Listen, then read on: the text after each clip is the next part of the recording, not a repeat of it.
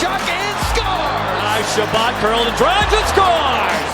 And the Senators win it. Five apart, another chance, Madison scores! Drake Madison, and got it. Green again, scores!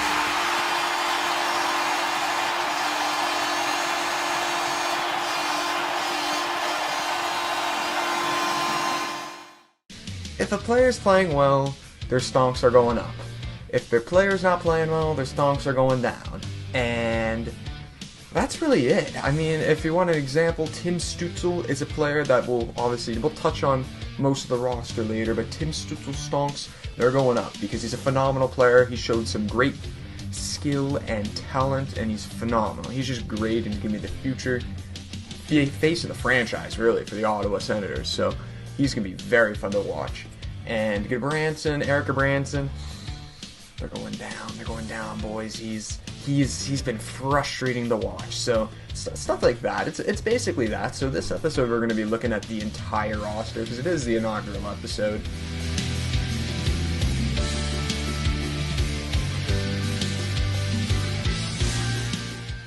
Welcome to Sens Talk. My name is Brandon, and I'm your host. Now, before we get started, please follow us on Twitter at @SensTalk_ and on Instagram at SensTalk. Now, tonight, the Senators took on the Vancouver Canucks. I'm recording this after the first period of play, but before we get to that, a couple things. Firstly, in the link in the description below, you can order your Sens Talk shotgun tool today. We've sold out 3 times, so we made a 4th bunch for you guys. So if you want to buy a cool piece of Sens Talk merchandise, you can do so now by ordering yours in the link in the description below. As well, go to SeatGeek.com and use the promo code SensTalk. You'll save $20 off your first purchase. Now, tonight, the Sens took on the Vancouver Canucks, and for Vancouver, Thatcher Demko started, and for the Ottawa Senators, Joey Daccord started. Now, speaking of goaltenders, the Senators picked up a goaltender off the waiver wire today from the Winnipeg Jets. Anton Forsberg was claimed by Ottawa from Winnipeg. He's a goaltender, hasn't made an appearance this season, but he has, I think he has played in the NHL before. I'm pretty sure he's I think he's started some games in the NHL before. He's been on multiple teams in his NHL career, but this is not exactly we're picking up the next starter for a lot of Senators. This is just an insurance claim, essentially, because Matt Murray, clearly they're not confident on him returning anytime soon, and Marcus Hogberg, he's still not back yet. So the Senators want Gustafsson and Mandolese back in Belleville. This move will allow them to do that. Now, Forsberg does have to quarantine for 7 days, but he should clear that just fine, hopefully. And then after that's done, Gustafsson will be sent back down to Belleville, so him and Mandolese can man the net with the Belleville Senators. And honestly, this is fine. This means Joey Daccord will likely start most of the games anyways, and you have a NHL depth goaltender, like NHL presence in the back end, so Joey Daccord is not left to dry anyways. So at the end of the day, it's a solid move by Pierre Dorion, and it's just a perfect insurance claim because right now we have 2 goalies that are injured, and we want our goalies to develop. Now, the game number 33 lineup is as follows. The first line was Brady Tkachuk with Josh Norris, Connor Brown. The second line was Nick Paul, Colin White, Evgeny Dadonov. The third line, Tim Stützle, Chris Turney, Drake Batherson. The fourth line was Ryan Dzingel, Clark Bishop, and Austin Watson. The defensive pairings was Chabot and Zaitsev, Riley and Zub, Wolanin and Goodbranson. Eric Branstrom scratched once again. Not too happy about that. Goodbranson not looking good in this game. I would like Branstrom to get a turn over Goodbranson, but like I said in my last video, Goodbranson's a lock on this roster. I don't know why, but he is. So the one spot remaining is going to be fought between Wolanin and Brandstrom. So it sucks. I love to see them both in lineup for the first time this season, but I don't think we're going to get that anytime soon. Now, of course, starting goaltender was Joey Daccord with Gustafsson backing up. Now let's get to the first period of play where the Sens, right off the bat, you could just tell they're not going to play well. They're not completing any passes, and here's another incomplete pass. A turnover from Wolanin through the neutral zone. Dzingel can't handle the pass. The Canucks go the other way. Goodbranson can't cover his man. He's just in the middle of the ice, just lying there, and the Canucks go up 1-0. 7 minutes later, the Canucks go up 2-0. Horvat gets a tip on a 2-on-1, but Chabot was sort of dragged down. Some people said it should have been a penalty. I guess it should have been a penalty. But my question is, why was Chabot even turning there to begin with? He's on the blue line. Why are you threading the needle? Just pass the puck to your defensive man or throw it into the boards and maybe pinch back a bit. You don't have to force a stupid, careless mistake like that. He's a veteran. He's not a veteran, but he's been in the NHL for a long time. He knows better, and I think he will not make that mistake again because you can't you can't walk tightrope on a blue line when you have two men pressing on you, and that's what happened. So, yes, it may have been a penalty, but the fact he was spinning in the first place is questionable. Now, the Sens are down 2-0 after the first period of play, and my first period thoughts are Vancouver outplayed us immensely. From the start of the play, we were sloppy, but positive momentum created for the Sanders at the end of the period. They were on a power play, got a couple of nice chances, and hopefully going into the second period of play, they can continue that positive momentum. Let's find out right now. Welcome back. After 40 minutes of play, the Ottawa Senators find themselves only down by 1 goal. They cut the deficit to 1. But before we get to that, I failed to mention in the first period portion of this video that earlier today, the Senators signed a very underrated prospect from NCAA New Hampshire in Angus Crookshank. By the way, beautiful, electric name, by the way, Angus. But he just signed his entry-level deal with the Ottawa Senators. This season with New Hampshire and NCAA, had 20 games played, got 9 goals and 9 assists during those 20 games. Very underrated prospect. He's going to be playing in Belleville for the remainder of the season. I look forward to seeing what he can do with Belleville. There's lots of spots available on that Belleville forward group because they have not been performing, and I think he can provide a good offensive boost to that team, and look out for this kid. I'm telling you, look out for this kid. This kid is very underrated. Now, like I just said, the Senators cut the lead to 1. How did that happen? Well, 3 minutes in, Clark Bishop drove to the net. The big rebound finds Ryan Dzingel, who puts it home. He puts in his 4th goal in the last 8 games as an Ottawa Senator, and the Sens cut the lead to 1. It's a 2-1 game. And overall, they didn't score another goal. Thatcher Demko has been playing amazing. They hit the post a couple times. But the Senators overall had a very, very good period of play.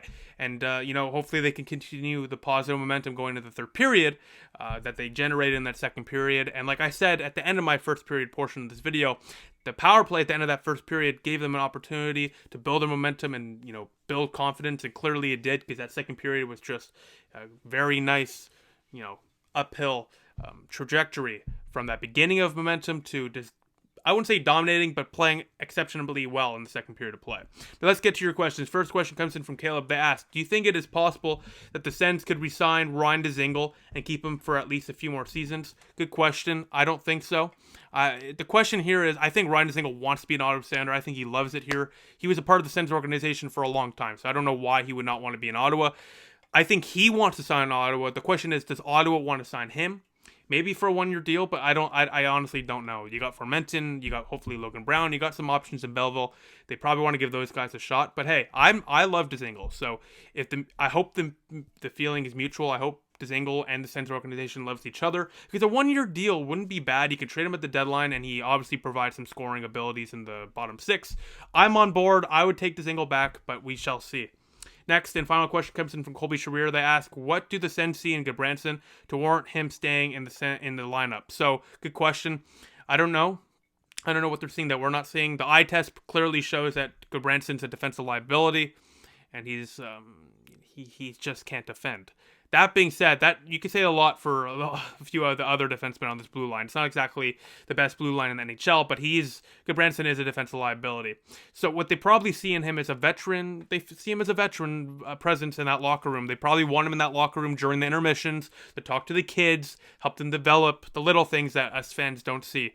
So it probably has to do with more off-ice stuff and leadership and helping out the young guys during definitely a rough first season. So while they're having fun, it's still a rough season. You're losing a bunch of games. So it's good to have a guy like Gudbranson in the locker room during the games, especially to help out guys that are getting frustrated, like Stützle in that first or second period was getting frustrated. So for that it makes sense. But every game he's playing, I don't know about that. But hey, listen, they clearly value his leadership presence, and that's why he's still in the lineup. Now let's get to the third period of play, where hopefully Ottawa gets back into this one.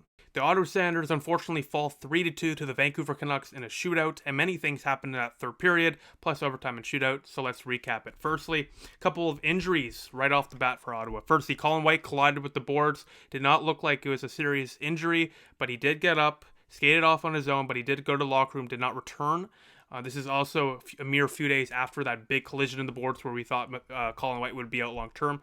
Hopefully he's okay, but it did look like he was in a little bit of discomfort as he left the ice.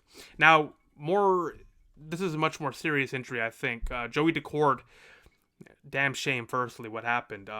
It just looked like a routine play, but it looked like he tore something or twisted something awkwardly in his left leg. Wasn't able to put any pressure on his left leg, was down on the ice for a couple minutes, needed help off. damn shame. So hopefully, firstly, prayers up with Joey Daccord. Hopefully he's okay. Hopefully I'm just speaking, and just spewing. But right now it's 9:57. We haven't got an update. I'll check.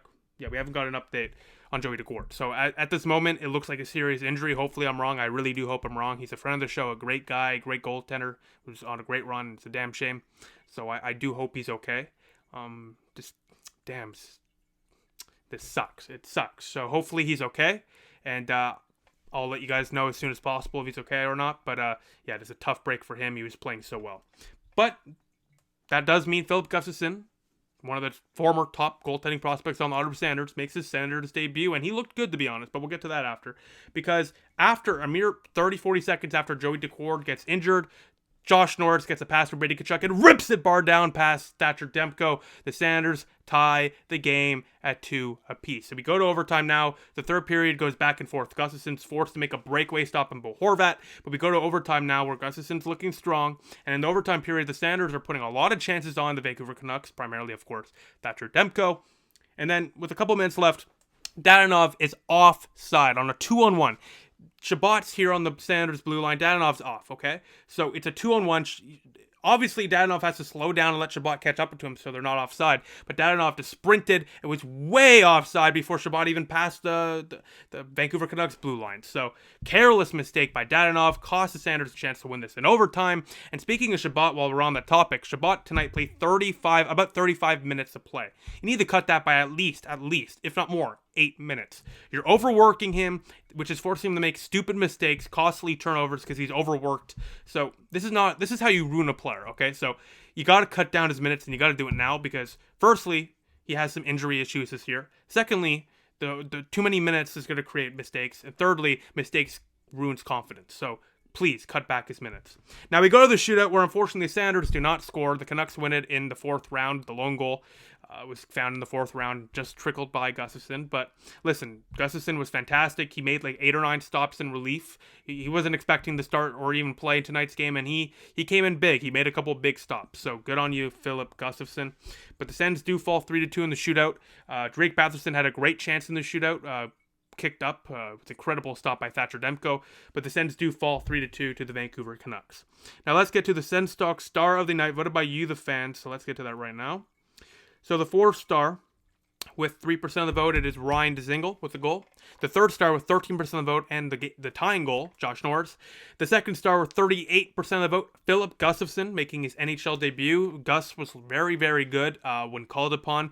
And if Daccord's out long term, I am interested to see what Gustafsson can do with a look in the National Hockey League. And the 1st star with 46% of the vote and your Sens Stock Star of the Night, it is Nick Paul, who is incredible tonight.